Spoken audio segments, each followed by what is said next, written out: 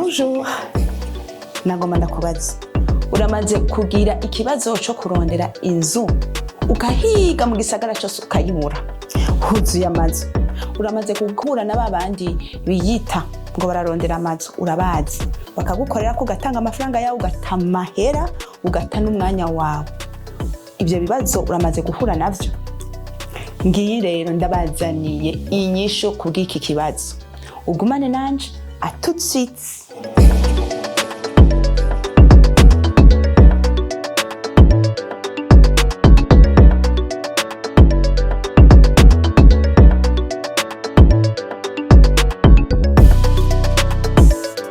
Ladies and gentlemen, ndiniteka ryo kwakira brand ambassador wa HOMESKINGS muri PAM CHANNEL TV yatwitavye shabantu mwari mugowe bantu mwako murarondera inzu mwarazibuze bantu mwashaka kugura bantu mwashaka ngo tobahe solution reka ndamwakire Shera aze mu bwami bwa PAM CHANNEL TV. Hi. Meze neza karibu mu kiganiro ko kaje. Merci beaucoup. Kandi mwakoze no kwitaba kudufasha. Ndirukanga kuko ni hatarifa kutuvuganako. Kibazo kirakomeye cyane gose. Bakuze ku kaye nezeje rero yuko brand ambassador wa HOMESKINGS yamaze guhashika kugira ngo atabare abantu basha bariko barakorerako barira amafaranga yabo bagasanga ntazu baronse babantu bashaka gupangisha inzu mugabo batazi aho biyadressa emwe amahera yo gupanga nayo barondeye kugira barondere abakiriya ugasanga arangana.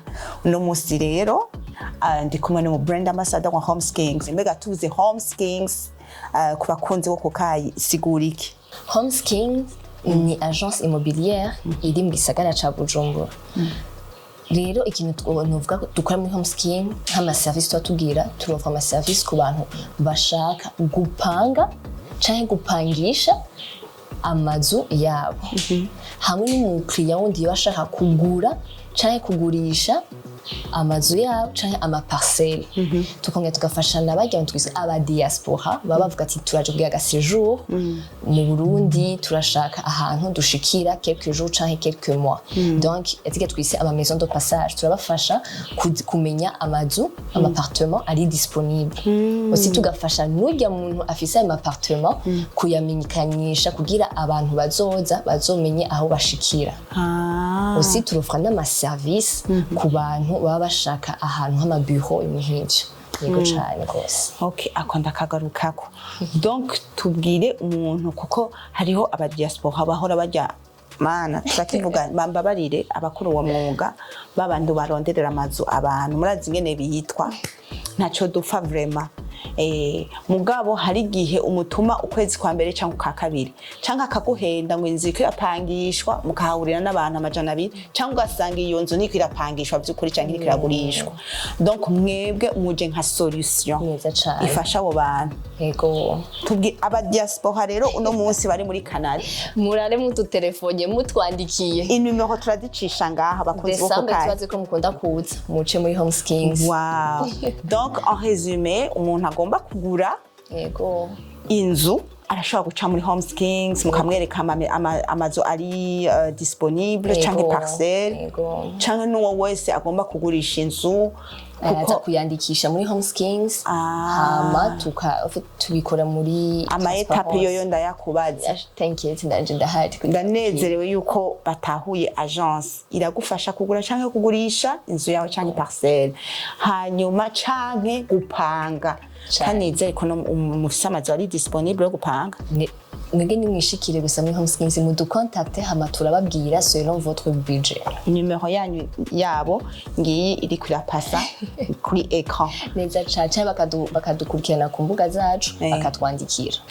Shela nashaka kumenya none muri HOMESKINGS mwakira aba particulier gusa bagurisha amazu tuntu dutoyi canke harimo n'ama entreprise canke abantu bafite building bimeze gute? Pame ariko abo ni wenyine tuba dukeneye rero umbwiye yuko ufise building irimo ama bureau 70 ingahe zirenga ukacuyiha umuntu umwe ayijere yogwara canke yogishikwa n'ikindi kibazo numva ko umuntu akeneye maison ijera iyo building yiwe kwa comme ça abantu personnel bo muri iyo maison je dirais abo agent immobilier bobo haba ari mu wese ari mu domaine yiwe umwe agwaye agasubirwa n'uwundi biba biri mu binwe myiza kandi baba maîtriser iyo ntuze neza cyane numva ko aribo bakenewe ahubwo sintaho umuntu atarashikana building yiwe waje kuyandikisha muri maison ahubwo mbwira ko mpamagarira mwebwe mwese mufise ama building manini ya mu buryo mu bije yazane muri maison yanyu yigere surtout muri HOMESKINGS ndabahamagarira cyane turabishoboye. Alors Sheila uno munsi hari umuntu ariko aradukurikira kandi nshimire abakozi bo kukayi ko ari abantu bumva bakagura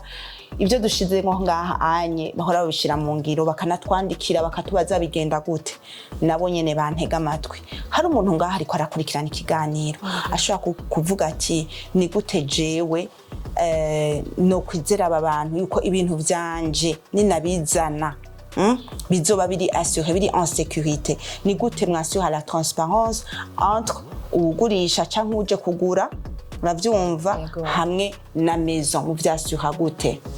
Ok, je dis ko agence irafise ama document ikorerako turayaha umukiriya agasoma les frais de service azoriha mu gihe aronse ico yifuza ni ukuvuga ko uwudandaza uwo azanye ibintu ashaka ko amenyekanisha turamuha contrat tugasinya hama akaduha uruhusha rwo kumenyekanisha izo biens ziwe je dirais iyo appartement iyo entreprise iyo maison iyo parcelle ivyo vyose yifuza ko dushira mu ngiro kugira azoronka abakiriya. Ego murandikirana kandi ego turasinya contrat tukamuha amafrais agasoma akabona yuko ibintu byose biri muri transparence biri clair et précis hama akavuga yuko ari d'accord avec.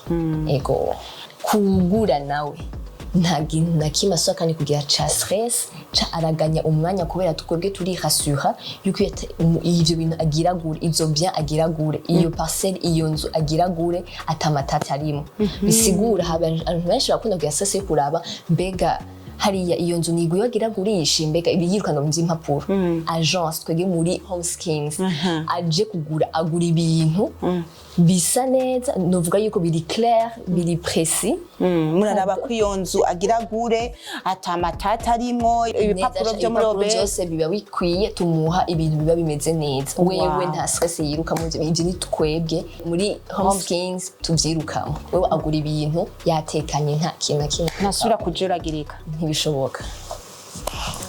High five.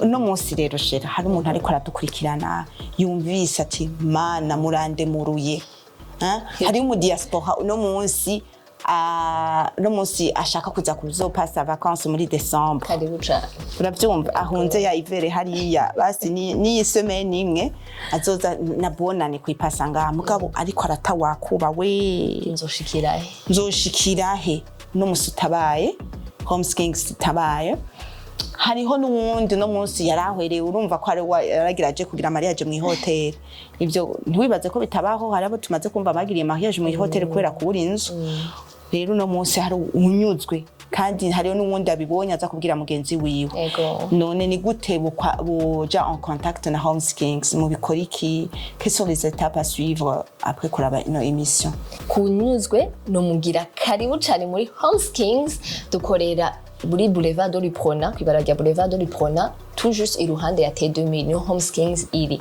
hama ku muntu ashaka kudandaza amabien yiwe ajya ma maison parcelle iki vyose araza muri HOMESKINGS hama akandikisha iyo bien yiwe ayo mabien yiwe hama yama document nababwira ya sur la transparence entre le client et la maison tukabimuha akabisoma hama hariyo les frais ziri abordable bien sûr akaziriha kubera rimwe na rimwe hagiye usanga ntumenya ko umuntu ari sérieux yabivuye les frais d'engagement ego les frais d'engagement ego mba hagiye utamenya ati none turacari kumwe n'ugiye muntu ukamenya utazi yuko yabibandanyije donc arazigira ziriha ose akaba ari des contrats des documents asoma hama tukavuga yuko turi akavuga ko ari pour canke hama tukorana uno udandaza hama kushaka kugura nawe arashaka kutwandikira kuri izi numero nyene canke atushikira ku mbuga zacu akatwandikira canke agashika muri maison ya HOMESKINGS nyene akatubwira icifuzo ciwe tukamuha ivyo mvirine tubibona bivanye na budget yiwe bivanye n'icifuzo ashaka afise nabo bose bashaka inzu bapanga bose karibu cane barashobora kudukontakta bakashika mu kibanza neza cane bose turabakira ushaka gupanga ushaka kugurisha ushaka kugura ushaka aba diaspora bobo twandikire yego abo ba diaspora kuba badashobora gutelefona directement bo bandikira hehe baratwandikira kuri nimero niyo WhatsApp yacu iyi nimero nyene mubona ngaha ndetse mo canke bakatwandikira ku mbuga zacu kuri Instagram kuri Facebook nuko cha TikTok ashaka hose tuba turi en ligne. Okay, reste connecté.